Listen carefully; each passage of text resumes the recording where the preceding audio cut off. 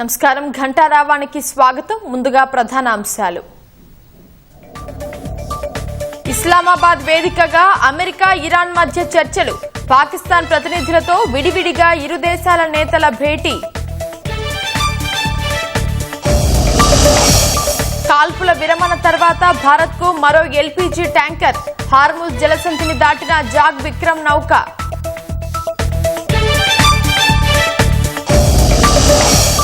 సంగారెడ్డి జిల్లా ఐలాపూర్లో ఆక్రమణలపై హైడ్రా ఉక్కుపాదం. అనధికారిక భవనాల నేలమట్టం. 15,000 కోట్ల విలువైన భూమికి రక్షణ. అంగన్వాడీల ఫోన్ల అంశంలో అవినీతి దుష్ప్రచారమేనన్న సీతక్క. సంక్షేమాలపై తప్పుడు ప్రచారం చేస్తే కఠిన చర్యలుంటాయని హెచ్చరిక. ఫ్యూచర్ సిటీ పేరుతో రియల్ ఎస్టేట్ దందా నడుస్తుందన్న కేటీఆర్.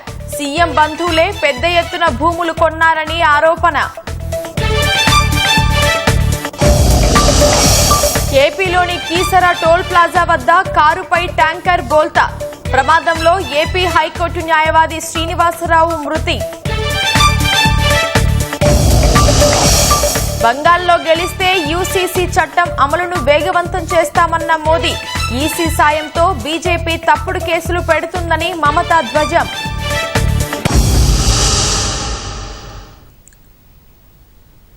ఎన్టీఆర్ జిల్లా కంచికచర్ల మండలం కీసర టోల్ ప్లాజా వద్ద ఘోర రోడ్డు ప్రమాదం జరిగింది. ఓ కారుపై సిమెంట్ ఫ్లైయూష్ లోడుతో వెళ్తున్న లారీ ట్యాంకర్ బోల్తా పడింది. ప్రమాదంలో కారులో ప్రయాణిస్తున్న ఏపీ హైకోర్టు సీనియర్ న్యాయవాది శ్రీనివాసరావు మృతి చెందారు. ట్యాంకర్ను అతి కష్టం మీద పక్కకు తీసి కారును బయటకు తీశారు. ఎన్టీఆర్ జిల్లా కీసర టోల్ ప్లాజా వద్ద రోడ్డు ప్రమాదం జరిగింది.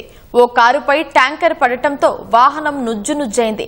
విజయవాడ నుంచి హైదరాబాద్ వెళ్తున్న కారు టోల్ కట్టేందుకు కీసర టోల్ ప్లాజా వద్ద ఆగింది. అదే సమయంలో అటువైపుగా వేగంగా ఓ అతి భారీ లారీ ట్యాంకర్ దూసుకొచ్చింది. బ్రేకులు ఫెయిల్ అవ్వడంతో ఒక్కసారిగా భారీ ట్యాంకర్ ఒక వైపునకు ఒరిగిపోయింది. అదే సమయంలో పక్కనే ఆగి ఉన్న BMW కారుపై ఫ్లై యాష్ లోడుతో ఉన్న ట్యాంకర్ బోల్తా పడింది. 16 చక్రాల అతి భారీ ట్యాంకర్ మీద పడటంతో కారు నుజ్జునుజ్జైంది. కారులో ప్రయాణిస్తున్న ఏపీ హైకోర్టు న్యాయవాది బొద్దులూరి శ్రీనివాసరావు అక్కడికక్కడే మృతి చెందారు.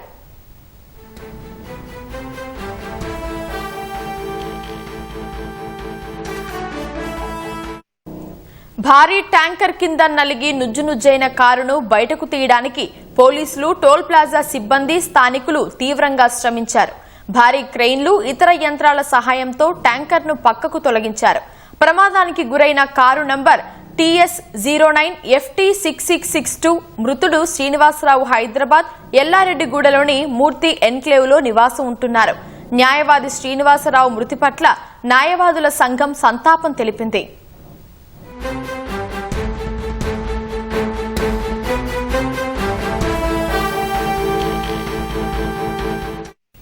ప్రమాదం విషయం తెలియడంతో కీసర టోల్ ప్లాజా వద్దకు భారీ సంఖ్యలో స్థానికులు తరలివచ్చారు. సహాయక చర్యలకు సహకరించారు.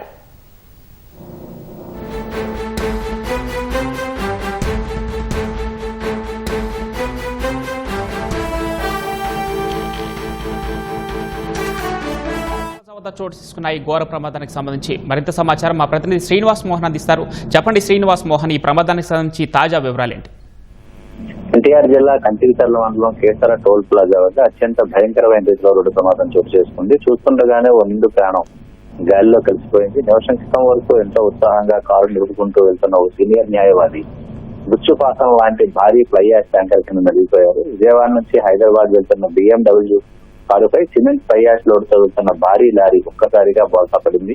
టోల్ కోసం ఫాస్ట్ ట్యాగ్ స్టాండ్ వద్ద కారు వేచి చూస్తుండగానే వెనక నుంచి ట్యాంకర్ మృత్యు రూపంలో వచ్చి మీదకు వచ్చేసింది. బ్రేకులు విఫలం కావడంతో ట్యాంకర్ టోల్ గేట్ డివైడర్ మీదకి వెళ్లి అక్కడి నుంచి అదుపు తప్పి బోల్తా పడినట్లుగా టోల్ గేట్ సిబ్బంది, స్థానికులు అభిప్రాయపడుతున్నారు. ఈ ఘోర ప్రమాదంలో ఆంధ్ర, తెలంగాణ రాష్ట్రాల పరిధిలోని హైకోర్టుల్లో ప్రముఖ సీనియర్ న్యాయవాదిగా పనిచేస్తున్న బొద్దులూరు శ్రీనివాసరావు అక్కడికక్కడిగా ప్రాణాలు విడిచారు. కారుపై 1000 టన్నుల బరువున్న 16 టైర్ల ట్యాంకర్ పడడంతో ఖరీదైన వాహనం కాస్త నిజ్జయింది. ట్యాంకర్ ను పక్కకు తీసేందుకు 4 JCBలు, ఒక ప్రొక్లైన్ ఉపయోగించి సుమారు గంట సేపు పోలీసులు, టోల్ గేట్ సిబ్బంది, స్థానికులు సహాయ చర్యలు చేపట్టారు. ఈ సమయంలో టోల్ గేట్ వద్ద ట్రాఫిక్ భారీగా జామ్ అయింది. విజయవాడ హైదరాబాద్ ప్రధాన రహదారి కావడంతో ఎక్కువసేపు వాహన రాకపోకలకు అంతరాయం కలగకుండా ఉండేందుకు పోలీసులు, అగ్నిమాపక సిబ్బంది, టోల్ గేట్ సిబ్బంది, స్థానికులు చురుగ్గా స్పందించారు. అయితే కారులో పైన ట్యాంకర్ పడి ఉండడంతో కారులో ఇంకెవరైనా ఉన్నారా అనే అనుమానంతో అంబులెన్సులు కూడా ఘటనా స్థలానికి రప్పించి సహాయ చర్యలను పోలీసులు యుద్ధ ప్రాతిపదికన నిర్వహించడం జరిగింది. తొలుత ట్యాంకర్ ను కారుపై నుంచి పక్కకు తీశారు. ఆ తర్వాత కారులో సొంతంగా డ్రైవింగ్ చేసుకుని సీనియర్ న్యాయవాది బి శ్రీనివాసరావు ఒక్కడే వెళ్తున్నట్లుగా గుర్తించడం జరిగింది. మరెవరూ కారులో లేరని పోలీసులు నిర్ధారించుకున్నారు. కారు నెంబర్ ఆధారంగా రిజిస్ట్రేషన్ వివరాలను ఆరా తీశారు. హైదరాబాద్ అమీర్పేట ఎల్లారెడ్డిగూడలోని మారుతి ఎన్క్లేవ్ నివాసం ఉంటున్న బొద్దులూరు శ్రీనివాస్ పేరిట కారు రిజిస్ట్రేషన్ అయినట్లు మొదట గుర్తించడం జరిగింది. రిజిస్ట్రేషన్ సమయంలో ఇచ్చిన ఫోన్ నెంబర్ పోలీసులు ప్రయత్నించినా సమాధానం రాకపోవడంతో కారులోని వ్యక్తి శ్రీనివాసరావు అనుమానించారు. అక్కడ ట్యాంకర్ ను పక్కకు తీసి కారు చూస్తుండగా కారులో చూడగా స్టీరింగ్ పై మెడ పక్కకు వాల్చి ఎక్కడ చనిపోయిన శ్రీనివాసరావు మృతదేహాన్ని గుర్తించారు. ఈ విషయాన్ని శ్రీనివాసరావు కుటుంబ సభ్యులకు కూడా తెలిపి వారి ద్వారా ధృవీకరించుకున్నారు. ఎన్టీఆర్ జిల్లా పోలీస్ కమిషనర్ రాజశేఖర్ బాబు ఘటనా స్థలానికి చేరుకునే దగ్గరుండి సహాయ చర్యలను పర్యవేక్షించారు. సమాచారం తెలుసుకుంటూ వెంటనే గుంటూరు, విజయవాడలో ఉన్నటువంటి న్యాయవాద సంఘాల నాయకులు, న్యాయవాదులు కూడా ఘటనా స్థలానికి వెళ్లారు. న్యాయవాది వృత్తిలో ఎంతో అనుభవం ఉంది, ఎందరో కక్షిదారులకు న్యాయం అందించిన శ్రీనివాసరావు ఇలా రోడ్డు ప్రమాదంలో అకాల మరణం చెందడం ఎంతో కలిసి చేస్తుందని న్యాయవాదులు ఆవేదన చెందారు. కానీ ఏపీ హైకోర్టు అడ్వకేట్ అసోసియేషన్ ఎన్నికల్లో పాల్గొనేందుకు హైదరాబాద్ నుంచి శ్రీనివాసరావు తన సహచర న్యాయవాదులతో కలిసి ఇక్కడికి రావడం జరిగింది. నిన్న చాలా మంది హైదరాబాద్ తిరిగి వెళ్ళగా శ్రీనివాసరావు ఇవాళ తిరుగు ప్రయాణంలో రోడ్డు ప్రమాదంలో చనిపోవడం పట్ల ప్రముఖ న్యాయవాదులు తమ ప్రగాఢ సంతాపాన్ని తెలియజేస్తున్నారు. ప్రమాదం జరిగిన తీరు అక్కడున్న వారందరినీ ఒక్కసారిగా నిర్ఘాంతపోయేలా చేసింది. సీసీ కెమెరా దృశ్యాలను కూడా పరిగణలో తీసుకొని వాటి ద్వారా ఈ ప్రమాద తీవ్రతను గుర్తించేందుకు, అలాగే ప్రమాదం ఏ విధంగా జరిగింది అనే విషయాలపై సిపి ఆరా తీస్తున్నారు. అలాగే 2 కిలోమీటర్లున్నర టోల్ గేట్ వద్ద నిలిచిపోయినటువంటి వాహనాల రాకపోకలను కూడా క్రమక్రమంగా నియంత్రించడం జరుగుతోంది. ప్రస్తుతం టోల్ గేట్ వద్ద వాహనాల రాకపోకలకు సంబంధించి ఎలాంటి ఇబ్బందులు లేకుండా కొంతవరకు వాటిని క్రమబద్ధీకరిస్తున్నారు. అయితే శ్రీనివాసరావు మృతదేహాన్ని కారులో నుంచి బయటకు పోస్ట్ మార్టం నిర్వహించి కుటుంబ సభ్యులకు అప్పగించేటువంటి కార్యక్రమాలు కూడా ఓవైపుని చేపట్టడం జరిగింది. అటు ట్యాంకర్ డ్రైవర్ పరిస్థితి ఏంటి? పోలీసులు అదుపులోకి తీసుకున్నారా? అతనే చెప్తున్నాడు శ్రీనివాస్ మోహన్. ప్రమాదం జరిగిన వెంటనే ట్యాంకర్ డ్రైవర్ ని పోలీసులు అదుపులోకి తీసుకోవడం జరిగింది. ట్యాంకర్ బ్రేకులు ఫెయిల్ కారణంగానే డివైడర్ పైకి వెళ్లి వాహనాన్ని అదుపు చేసేందుకు, వాహనాన్ని నిలిపేందుకు ప్రయత్నం చేసిన అదుపు తప్పి కారుపై బోల్తా పడడంతోనే ప్రమాదం జరిగినట్లుగా ప్రాథమికంగా పోలీసులకు తెలియజేసినట్టుగా తెలుసు. రైట్, ధన్యవాదాలు శ్రీనివాస్ మోహన్.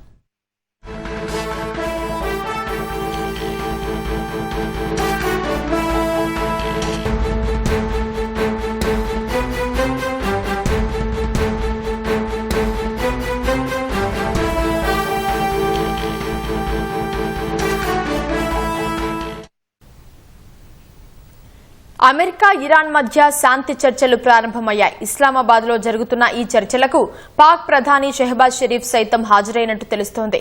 ఇరాన్, అమెరికా, పాకిస్తాన్ మధ్య త్రైపాక్షిక చర్చలు జరుగుతున్నట్టు రాయిటర్స్ వార్తా సంస్థ తెలిపింది.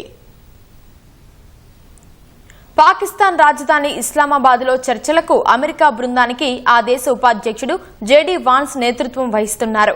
ఇరాన్ బృందానికి ఆ దేశ పార్లమెంట్ స్పీకర్ మహ్మద్ బుఖేర్ నాయకత్వం వహిస్తున్నారు. చర్చల నేపథ్యంలో ఇరాన్ ప్రధానంగా 4 డిమాండ్లను ప్రస్తావించింది. లెబనాన్పై ఇజ్రాయెల్ జరుపుతున్న దాడులు వెంటనే ఆపడంతో పాటు స్తంభింపజేసిన తమ ఆస్తులను విడుదల చేయాలని డిమాండ్ చేసింది. అమెరికా, ఇజ్రాయెల్ దాడుల్లో ఇరాన్లో జరిగిన నష్టానికి పరిహారం ఇవ్వాలని కోరింది. హార్ముజ్పై టెహ్రాన్కు నియంత్రణ ఉండాలని స్పష్టం చేసింది. ఇస్లామాబాద్ చేరుకున్న ఇరాన్, అమెరికా ప్రతినిధులు పాక్ ప్రధాని షెహబాజ్ షరీఫ్ తో వేర్వేరుగా భేటీ అయ్యారు. తొలుత షెహబాజ్ షరీఫ్ తో ఇరాన్ ప్రతినిధులు సమావేశమయ్యారు. ఈ సందర్భంగా కీలక అంశాలను ప్రస్తావించినట్టు తెలుస్తోంది. ఇరాన్ ప్రతినిధులతో సమావేశం తర్వాత పాక్ ప్రధానితో జేడీ వాన్స్, అమెరికా ప్రతినిధులు సమావేశమయ్యారు. ఈ సందర్భంగా శాంతి చర్చలకు సంబంధించి సమాలోచనలు జరిపినట్లు సమాచారం. శాంతి చర్చలు విఫలమైతే పరిణామాలు తీవ్రంగా ఉంటాయని ఇప్పటికే అమెరికా అధ్యక్షుడు డొనాల్డ్ ట్రంప్ హెచ్చరించారు. ఇరాన్ వ్యాప్తంగా దాడులు చేస్తామని చెప్పారు. అమెరికా, ఇరాన్ చర్చల నేపథ్యంలో పాకిస్తాన్ రాజధాని ఇస్లామాబాద్ కట్టుదిట్టమైన భద్రతా వలయంలోకి వెళ్లింది. ప్రభుత్వ భవనాలు, విదేశీ దౌత్య కార్యాలయాలు ఉండే రెడ్ జోన్ను సాయుధ బలగాలు ఆధీనంలోకి తీసుకున్నాయి. నగరమంతటా సెక్షన్ 144 అమలులో ఉంది.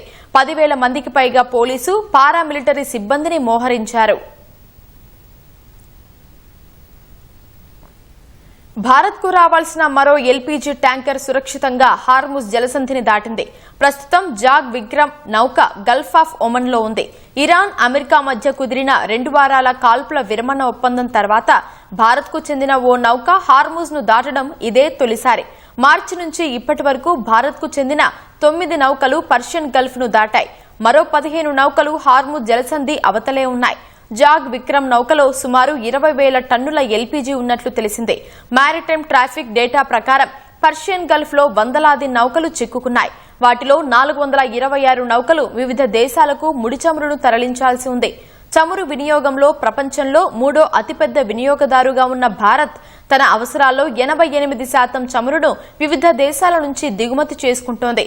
50% సహజ వాయువును, 60% ఎల్పీజీని గల్ఫ్ దేశాల నుంచి భారత్ కొనుగోలు చేస్తోంది. ప్రభుత్వ స్థలాలు, నీటి వనరులపై కబ్జా రాయళ్ల కన్ను పడితే బుల్డోజర్లతో విరుచుకుపడుతున్న హైడ్రా సంగారెడ్డి జిల్లా అమీన్పూర్ మండలంలోని ఐలాపూర్ తండాలో అక్రమార్కుల భరతం పట్టింది. దశాబ్దాలుగా వందల ఎకరాల ప్రభుత్వ భూమిని పంచుకు తింటోన్న వారిపై పంజా విసురుతూ 15,000 కోట్ల విలువైన 861 ఎకరాల ప్రభుత్వ భూమిని రక్షించింది. హైడ్రా ఆపరేషన్పై ఐలాపూర్ వాసులు హర్షం వ్యక్తం చేస్తూ టపాసులు పేల్చి సంబురాలు జరుపుకున్నారు. సంగారెడ్డి జిల్లా ఐలాపూర్లో అక్రమ కట్టడాలపై హైడ్రా ఉక్కుపాదం మోపింది. రెవెన్యూ, మున్సిపల్ అధికారులతో కలిసి భారీ పోలీసు బందోబస్తు మధ్య కూల్చివేతలు చేపట్టింది. ఐలాపూర్ తండాతో పాటు గ్రామంలో పేదల ఇళ్ల జోలికి వెళ్లకుండా ముందుకెళ్లింది. కోర్టు స్టే ఆర్డర్ ఉన్న నిర్మాణాలు జరిపిన ముఖీం గెస్ట్ హౌస్ తో పాటు అతని సోదరుడు అజీం నిర్మించిన 6 అంతస్తుల భవనాన్ని హైడ్రా కూల్చివేసింది. ప్రభుత్వ ఖాళీ స్థలాలను అధికారులు స్వాధీనం చేసుకున్నారు. మొత్తం 1263 ఎకరాల సర్కారు భూమి ఉండగా ఇందులో ఇప్పటికే చాలా నివాసాలు వచ్చాయి. ఆ నివాసాల జోలికి వెళ్లకుండా 860 ఎకరాల ప్రభుత్వ భూమినే అధికారులు కాపాడారు. ఈ భూమి విలువ 15,000 కోట్ల రూపాయలకు పైగా ఉంటుందని అంచనా.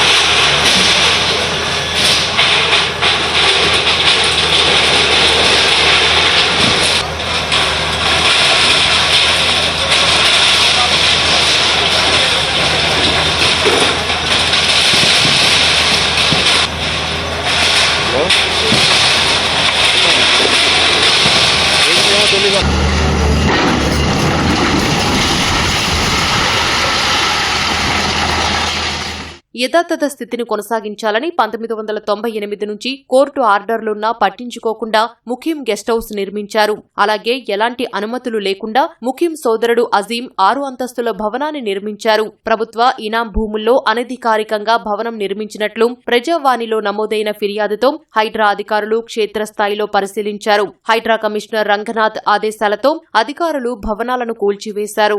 భవనం నిర్మించిన తర్వాత ఎవరూ నివాసం ఉండకపోవడంతో కొంతమందిని అద్దెలకు దించి నివాసాలున్నట్లు భవన నిర్మాణదారుడు ఏర్పాట్లు చేసినట్లు తెలుస్తోంది. భవనంలో ఉన్నవారిని ఖాళీ చేయించి ఆక్రమణలను తొలగిస్తుండటంతో పలువురు అద్దెకు ఉంటున్నవారు ఆందోళన వ్యక్తం చేశారు.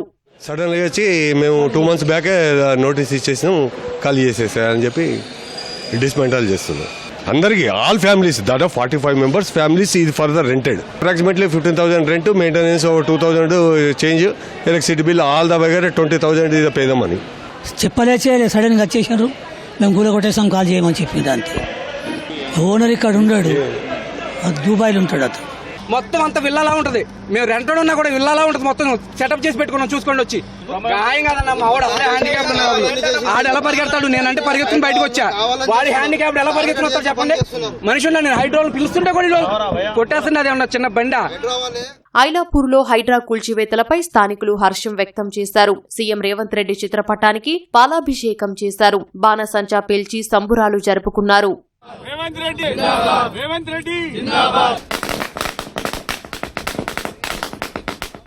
ఒక ప్రెస్ మీట్ పెట్టాడు. అందులో ఆయన ఏం చెప్తున్నాడంటే ఎస్సీ ఎస్టీ బలహీన వర్గాలు ఉన్నారు అక్కడ అని. మరి మా దగ్గర కూడా మీరు చూడండి, బీసీ మేము, ఎస్సీ ఎస్టీ బలహీన వర్గాలు మేము కూడా. ఇదేమి సేల్ డీడ్ అండి, ఇదేమి ఏది కాదు. చూడండి మీరు, ఒక చిన్న షాప్ అండి మాది. చిన్న షాప్లో 5 పిల్లల్ని పెట్టుకొని 2,000కి 83లో కొన్నాడు. మేము చిన్నప్పుడు మాకు బాగా గుర్తుంది, బాక్స్లు అవన్నీ కట్టుకొని అక్కడ దిగి నడుచుకుంటూ వచ్చేవాళ్ళం. అట్లా ఎన్నో ఇక్కడ ఎందుకు కొన్నారు, పిల్లలకి ఏదో భవిష్యత్తు ఉంటుందని కొన్నారు. చాలా హ్యాపీగా ఫీల్ అవుతున్నామండి. రంగనాథ్ గారికి, ముఖ్యమంత్రి రేవంత్ రెడ్డి గారికి ధన్యవాదాలు చెప్పుకుంటున్నాము మా అందరి తరఫున. 84లో ఉన్న ప్లాట్స్ ఇవి. అప్పటి నుంచి 40 years నుంచి మేము ఇది కష్టపడుతూ ఉన్నాము దీనికోసము. గవర్నమెంట్కి ఎన్ని గవర్నమెంట్ వచ్చినా అర్జీ పెట్టినా ఏం లేదు. హైదరాబాద్ దీన్ని గవర్నమెంట్ ల్యాండ్ అని గుర్తించి కేసు అనేది గవర్నమెంట్కి మాతో ఉంది కాబట్టి దీన్ని క్లియర్ చేసి ఫస్ట్ పొజిషన్ ఇవ్వాలి. సెటస్కో ఆర్డర్ ఉంది, దీన్ని ఇంప్లిమెంట్ చేశారు ఇలా. అయితే అట్లీస్ట్ ఒక ఇన్ని ఇయర్స్ వెయిట్ చేసినందుకు ఈ ల్యాండ్ ఖాళీ అవుతుంది, మాకు పొజిషన్ రైట్స్ వస్తాయి, కోర్టులో చూసుకోవచ్చు అని ఒక ధీమాతోని క్రాకర్స్ కాల్చాము. ఐలాపూర్లో ఆక్రమణలకు సంబంధించి 2012-2025 సంవత్సరాల్లోని శాటిలైట్ ఫోటోలను హైడ్రా విడుదల చేసింది. 1998-2013లో హైకోర్టు స్టే ఇచ్చి యథాతథంగా ఉంచాలని తీర్పు చెప్పినా ముఖీం కబ్జా చేసి అమ్మకాలు జరపడంతో నిర్మాణాలు విస్తరించాయి. ఇప్పుడు ఆ నివాసాల జోలికి వెళ్లకుండా ఖాళీ భూమిని హైడ్రా అధికారులు కాపాడుతున్నారు. మరోసారి కబ్జాలకు గురి కాకుండా బహిరంగ స్థలానికి ఫెన్సింగ్ వేసేందుకు అధికారులు ఏర్పాట్లు చేశారు. ఐలాపూర్లోని ప్రభుత్వ భూములపై 1998లోనే హైకోర్టు స్టే ఆర్డర్ ఇచ్చిందని హైడ్రా కమిషనర్ రంగనాథ్ స్పష్టం చేశారు. కోర్టు ఉత్తర్వులను ఉల్లంఘించి ముఖీం 20 ఏళ్లుగా అనుచరులతో కలిసి భూదందాలకు పాల్పడుతున్నట్లు తెలిపారు. అతనిపై పలు పోలీస్ స్టేషన్లలో 19కి పైగా క్రిమినల్ కేసులున్నట్లు వెల్లడించారు. 2006లో చిన్నగా నిర్మించుకున్న ఫామ్ హౌస్ 60 ఎకరాలకు విస్తరించారని రంగనాథ్ వివరించారు. క్రమంగా ప్రభుత్వ భూములను 100 గజాల చొప్పున ప్లాట్లుగా చేసి ఒక్కో ప్లాట్ 10 లక్షల చొప్పున విక్రయించి కోట్లు సొమ్ము చేసుకున్నట్లు పేర్కొన్నారు. ముఖీం సోదరుడు అనధికారికంగా నిర్మించిన 6 అంతస్తుల భవనం కూల్చివేతపై హైకోర్టు ఎలాంటి స్టే ఇవ్వలేదని రంగనాథ్ స్పష్టం చేశారు. ప్రపంచంలోని దిగ్గజ ఫైనాన్స్ సంస్థలన్నీ జీసీసీల ఏర్పాటుకు హైదరాబాద్లోని గమ్యస్థానంగా ఎంచుకున్నట్లు ఐటీ పరిశ్రమల శాఖ మంత్రి శ్రీధర్ బాబు తెలిపారు. నైపుణ్యాలతో కూడిన టాలెంట్ పూల్, అంతర్జాతీయ స్థాయి మౌలిక వసతులు, ట్రాఫిక్ సమస్య లేని రోడ్లు, అందుబాటులో అద్దెలు ప్రముఖ కంపెనీలని ఆకర్షిస్తున్నాయని ఇవాళ తనను కలిసిన పికో టెక్నాలజీ ప్రతినిధులకి మంత్రి వివరించారు. హైదరాబాద్ లో పెట్టుబడులకు ఉన్న అవకాశాలను పికో టెక్నాలజీ వ్యవస్థాపక సీఈఓ జారడో యుస్టర్, ఆ సంస్థ India CEO Hari Kodandaraman, director సీతారాంలకు మంత్రి వివరించారు. 20 ఏళ్ల అవసరాలకు అనుగుణంగా మౌలిక సదుపాయాలు మెరుగుపర్చేందుకు ప్రణాళికలు అమలు చేస్తున్నట్టు తెలిపారు.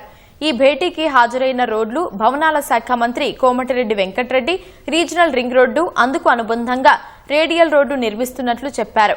హయత్ నగర్, ఎల్బీ నగర్ మధ్య డబుల్ డెక్కర్ రోడ్డు నిర్మిస్తున్నట్టు తెలిపారు. నాగపూర్ తర్వాత హైదరాబాద్లోనే డబుల్ డెక్కర్ రోడ్లు నిర్మిస్తున్నట్టు చెప్పారు. 2 నెలల్లో టెండర్ ప్రక్రియ పూర్తి చేసి పనులు చేపడతామని వెంకటరెడ్డి చెప్పారు. అంగన్వాడీ టీచర్లకు ఇచ్చే ఫోన్లలో అవినీతి జరిగిందన్న దుష్ప్రచారాన్ని మంత్రి సీతక్క ఖండించారు. ప్రజలకు ఇచ్చే సంక్షేమ పథకాలపై తప్పుడు ప్రచారం చేస్తే కఠిన చర్యలు తప్పవని హెచ్చరించారు. అంగన్వాడీ టీచర్లకు 11,650 రూపాయలకు ఫోన్లు కొంటే 14,000 రూపాయలని చెబుతున్నారని ఆగ్రహం వ్యక్తం చేశారు. మేడారం పునర్నిర్మాణ పనుల్లో అవినీతికి తావులేదన్న సీతక్క ఆధారాలు ఉంటే చూపాలని సవాల్ విసిరారు. అవసరమైతే సీబీఐ విచారణ జరపాలన్నారు. మేము కేంద్ర ప్రభుత్వం మాకు ఇచ్చింది 11,800 రూపాయలలో మీరు ఫోన్లు కొనాలని ఇచ్చింది. మనం ఒకసారి టెండర్ వేస్తే ఒకటి 14,000 అయితేనే వేస్తానొచ్చు. 14,000 ఒక ఫోన్ మేండి ఏం బాబు అని మళ్ళా టెండర్ వేసి మళ్ళా పిలిస్తే 11,650 రూపాయలు, అంటే 150 రూపాయలు కేంద్రం ఇచ్చినా కూడా మిగిల్చినాం. మరి క్యాన్సలేషన్ చూపిస్తలేరు ఇక్కడ. మరి నేను ఇచ్చింది 11,650 అయితే 14,000 దొంగ లెక్క చెప్పి అవినీతి సీతక్క అని మాట్లాడుతుంది. చెప్పు తెగుద్ది, తప్పుడు మాటలు మాట్లాడితే చెప్పు తెగుతుంది. ఇవాళ టెండర్ వేసింది కూడా నా శాఖ కాదు, నేను కాదు, ఒక థర్డ్ పార్టీకి ఇచ్చినాం. మన తెలంగాణ టెక్నికల్ సర్వీస్ కార్పొరేషన్ వాళ్ళకి ఇచ్చినాం. అందులో కేంద్రం ఇచ్చిన ప్రతి గైడ్ లైన్స్ అమలు చేసినాం. రాష్ట్రంలో ఇప్పటికిప్పుడు ఎన్నికలు జరిగినా కాంగ్రెస్ 100కు పైగా స్థానాల్లో గెలుస్తుందని పీసీసీ అధ్యక్షుడు మహేష్ కుమార్ గౌడ్ ధీమా వ్యక్తం చేశారు. సర్పంచ్ ఎన్నికల్లో మాదిరిగానే ఎంపీటీసీ, జెడ్పీటీసీ ఎన్నికల్లోనూ కాంగ్రెస్ మరోసారి గెలుస్తుందని జోస్యం చెప్పారు. బీఆర్ఎస్ లోకి జీవన్ రెడ్డి వెళ్లి తప్పు చేశారని పీసీసీ చీఫ్ మహేష్ కుమార్ గౌడ్ అభిప్రాయపడ్డారు. ఇన్నాళ్లు బీఆర్ఎస్ అవినీతిని ఎత్తి చూపిన జీవన్ రెడ్డి మళ్లీ అదే పార్టీలో చేరడం శోచనీయమన్నారు. వచ్చే సార్వత్రిక ఎన్నికల్లో కూడా ఉన్న ఫలంగా ఎన్నికలు జరిగితే 100కు పైగా సీట్లు కాంగ్రెస్ పార్టీ కైవసం చేసుకుంటుంది. ఇప్పటికీ మాకు జీవన్ రెడ్డి గారి పట్ల గౌరవం ఉంది. కానీ వారు పోయిన పార్టీ ఆయన తప్పు చేశారనే మాట మాత్రం చెప్పక తప్పదు. బీఆర్ఎస్ 10 ఏళ్ల హయాంలో ఈ రకంగా అవినీతి జరిగిందని మాకన్నా ఎక్కువగా పెద్దగా లెక్కలతో సహా చూపినటువంటి వ్యక్తి జీవన్ రెడ్డి గారు. అలాంటి పార్టీకి మళ్ళీ జీవన్ రెడ్డి గారు పోవడం అనేది జగిత్యాల ప్రజలు జీర్ణించుకోలేకపోతా ఉన్నారు. మాకు కూడా అర్థం అవ్వట్లేదు. ఫ్యూచర్ సిటీ చుట్టూ రియల్ ఎస్టేట్ దందా నడుస్తోందని సీఎం రేవంత్ రెడ్డి బంధువులు పెద్ద ఎత్తున భూములు కొన్నారని బీఆర్ఎస్ కార్యనిర్వాహక అధ్యక్షుడు కేటీఆర్ ఆరోపించారు. రంగారెడ్డి జిల్లా ఇబ్రహీంపట్నం నియోజకవర్గంలో గెలుపొందిన కౌన్సిలర్లు, సర్పంచుల సన్మాన సభకు ఆయన హాజరయ్యారు. ఇబ్రహీంపట్నం పురపాలికలో బీఆర్ఎస్ గెలిస్తే దుర్మార్గంగా వ్యవహరించారని మండిపడ్డారు. కోహెడలో మార్కెట్కు బీఆర్ఎస్ హయాంలో భూములు కేటాయిస్తే అవి తీసుకుని మార్కెట్ కోసం గుట్టల్లోకి పొమ్మని అంటున్నారు. కాంగ్రెస్ కు ఫ్యూచర్ లేకుండా చేసిన రేవంత్ రెడ్డి ఫ్యూచర్ సిటీని నిర్మిస్తానని మభ్యపెడుతున్నారని కేటీఆర్ విమర్శించారు. రాబోయే రోజుల్లో ఎన్నికలు ఎప్పుడు వచ్చినా అవి కేసీఆర్ ఎన్నికలుగానే ఉంటాయి, అసెంబ్లీ ఎన్నికలు కాదు. కేసీఆర్ తిరిగి అధికారంలోకి వచ్చే ఎలక్షనే జరుగుతుంది. ఇది నా ఒక్కడే ఆలోచన కాదు. వాళ్ళ రాష్ట్రంలో మీరు ఎవరినన్నా అడగండి, ఫ్యూచర్ సిటీ ఎవరు కడతారు? ఫ్యూచరే లేని నాయకుడు, ఆయనకు ఫ్యూచర్ లేదుగా. మళ్ళా తప్పిదారి ఆ పార్టీ ఇంకో 50 ఏళ్ళు ఇక్కడ ములకొత్తనేయకుండా చేసిపోతున్నాడు రేవంత్ రెడ్డి. కాంగ్రెస్ పార్టీని బొందబెట్టే పోతాడు. ఉన్న 14,000 ఎకరాలకు వాపసిస్తా అన్నాడు, ఇవాళ ఇంకొక 16,000 ఎకరాలు మీ దగ్గరికి వెళ్ళి తీసుకుంటా అంటున్నాడు. ఫ్యూచర్ సిటీ చుట్టూ కూడా మొత్తం జరుగుతున్నది భూదందానే. మొత్తం రేవంత్ రెడ్డి గారి అన్నదమ్ములు, ఆయన బంధువులు మాడుగుల దాకా భూములు కొన్నారు. జయపాల్ రెడ్డి గారి కుటుంబ సభ్యులు, ఈయన బావమరుదులు, ఈయన అన్నలు, తమ్ముళ్ళు మొత్తం గద్దల్లాగా వాలిపోతా ఉన్నారు. ఎక్కడ సీలింగ్ భూమి ఉంటే అది పట్టా భూమి కావాల్సిందే. ఎక్కడ పట్టా భూమి ఉంటే నువ్వు ఇస్తావా లేకపోతే సస్తావా, అదొకటి పట్టుకున్నారు. 22A అంటే ఏంటి? నిషేధిత జాబితాలో భూములు పెట్టుడు. 16 లక్షల ఎకరాలు ఆనాడు నిషేధిత జాబితాలో ఉంటే ఈరోజు 1 కోటి ఎకరాలను నిషేధిత జాబితాలో పెట్టిండు రేవంత్ రెడ్డి ప్రభుత్వం. అంటే ఇక్కడ ఏం నడుస్తున్నది ఈ రాష్ట్రంలో అనేందుకు ఒక చిన్న ఉదాహరణ. మైక్రో ఫైనాన్స్ కంపెనీ పేరిట నగదు తీసుకుని మోసం చేశారనే ఆరోపణలపై ప్రముఖ గాయని మంగ్లీ, ఆమె సోదరుడితో పాటు మరో 3 హైదరాబాద్ పంజాగుట్ట పోలీస్ స్టేషన్లో కేసు నమోదైంది. Gokul Nanda infra India private limited పేరుతో ఎగుమతి, దిగుమతి, రియల్ ఎస్టేట్, ట్రేడింగ్ వ్యాపారాల్లో పెట్టుబడి పెట్టి అధిక లాభాలు ఇస్తామని నమ్మించి 150 నుంచి 200 కోట్లు సేకరించి మోసగించారని బాధితుల తరఫు న్యాయవాది సుభాష్ సింగబోష్ తెలిపారు. బాధితులకు న్యాయం చేయాలని అడిగితే అనుచితంగా మాట్లాడటంతో పాటు తనను బెదిరించినట్లు పోలీసులకు ఫిర్యాదు చేశారు. తప్పుడు ఆరోపణలు చేస్తున్నారంటూ న్యాయవాది సుభాష్ సింగబోష్ పై హైదరాబాద్ నార్సింగి పిఎస్లో మంగ్లీ ఫిర్యాదు చేశారు. 150 కోట్ల మేర మోసం చేశానంటూ తనపై దుష్ప్రచారం చేశారని తెలిపారు. సుభాష్ సింగబోష్ పేరుతో పరిచయం చేసుకుని తనను కలవకపోతే అప్రతిష్ట పాలు చేస్తానని బెదిరించారని ఫిర్యాదులో పేర్కొన్నారు. పోలీసులు కేసు నమోదు చేసుకుని దర్యాప్తు చేపట్టారు. బెంగాల్లో ప్రభుత్వం ఏర్పాటు చేశాక పౌరసత్వ సవరణ చట్టం అమలును వేగవంతం చేస్తామని ప్రధాని నరేంద్ర మోదీ అన్నారు. అర్హులైన శరణార్థులకు రాజ్యాంగం ప్రకారం పౌరసత్వం ఇస్తామని హామీ ఇచ్చారు. పశ్చిమ బెంగాల్లోని కత్వాలో ఎన్నికల ప్రచారంలో పాల్గొన్న ప్రధాని మోదీ టీఎంసీ ప్రభుత్వంపై విమర్శలు గుప్పించారు. 15 ఏళ్ల తృణమూల్ పాలనలో ప్రజలు భయం గుప్పెట్లో బ్రతికారని దుయ్యబట్టారు. సిండికేట్ ముఠాలు సహజ వనరులను యథేచ్ఛగా కొల్లగొట్టాయని ఆరోపించారు. బీజేపీ అధికారంలోకి వస్తే టెండర్ ప్రక్రియలను పారదర్శకంగా నిర్వహిస్తామని హామీ ఇచ్చారు. అక్రమ చొరబాటుదారులకు సహకరించిన వారి ఆట కట్టిస్తామని మోదీ హెచ్చరించారు. బెంగాల్లో బీజేపీ ప్రభుత్వం ఏర్పడితే దేశం నుంచి వెళ్లిపోవడం తప్ప చొరబాటుదారులకు మరో ప్రత్యామ్నాయం ఉండదన్నారు. టీఎంసీ అమలు చేస్తున్న సంక్షేమ పథకాలను కొనసాగిస్తామని చెప్పిన ప్రధాని ఆ పార్టీ నాయకులు చేపట్టిన అవినీతికి మాత్రం ఫుల్ స్టాప్ పెడతామని వెల్లడించారు.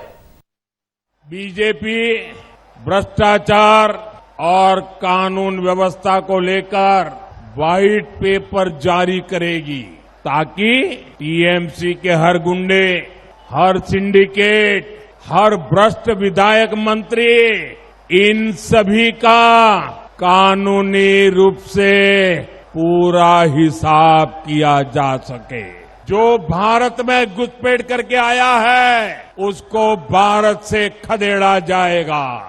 मैं हर घुसपैठिए से कहूंगा वो अपना बोरिया बिस्तर बांध ले. और इतना ही नहीं, जिन्होंने घुसपैठ कराई, नकली कागज बनाए, यहां सरकारी योजनाओं से उनको जोड़ा, उन सब का भी हिसाब होगा। పశ్చిమ బెంగాల్లో అసెంబ్లీ ఎన్నికలకు పోలింగ్ దగ్గర పడుతోన్న వేళ ముఖ్యమంత్రి టీఎంసీ అధినేత్రి మమతా బెనర్జీ సంచలన ఆరోపణలు చేశారు. తన నామినేషన్ను బీజేపీ అడ్డుకునే ప్రయత్నం చేసిందని ఆరోపించారు. పశ్చిమ మిడ్నాపూర్ జిల్లాలో ఎన్నికల ప్రచారం నిర్వహించిన దీదీ భవానీపూర్ నుంచి తన నామినేషన్ను అడ్డుకోవడానికి ప్రయత్నాలు జరిగాయన్నారు. అందుకోసం ఎన్నికల సంఘం సాయంతో తనపై తప్పుడు కేసులు పెట్టాలని బీజేపీ చూస్తుందని ధ్వజమెత్తారు. అయితే ఆ ప్రయత్నాలను తమ పార్టీ నేతలు, ప్రజలు తిప్పికొట్టారని మమతా వెల్లడించారు. ప్రజాస్వామ్యబద్దంగా ఎన్నికల్లో పోరాడి గెలిచే ధైర్యం లేక మోసపూరిత మార్గాల ద్వారా విజయం సాధించాలని బీజేపీ కుట్ర పన్నుతోందని ఆరోపించారు. బెంగాల్ ప్రజలు ప్రతిరోజు తమ పౌరసత్వాన్ని నిరూపించుకోవాల్సిన దుస్థితి ఏర్పడిందని దీదీ ఆవేదన వ్యక్తం చేశారు.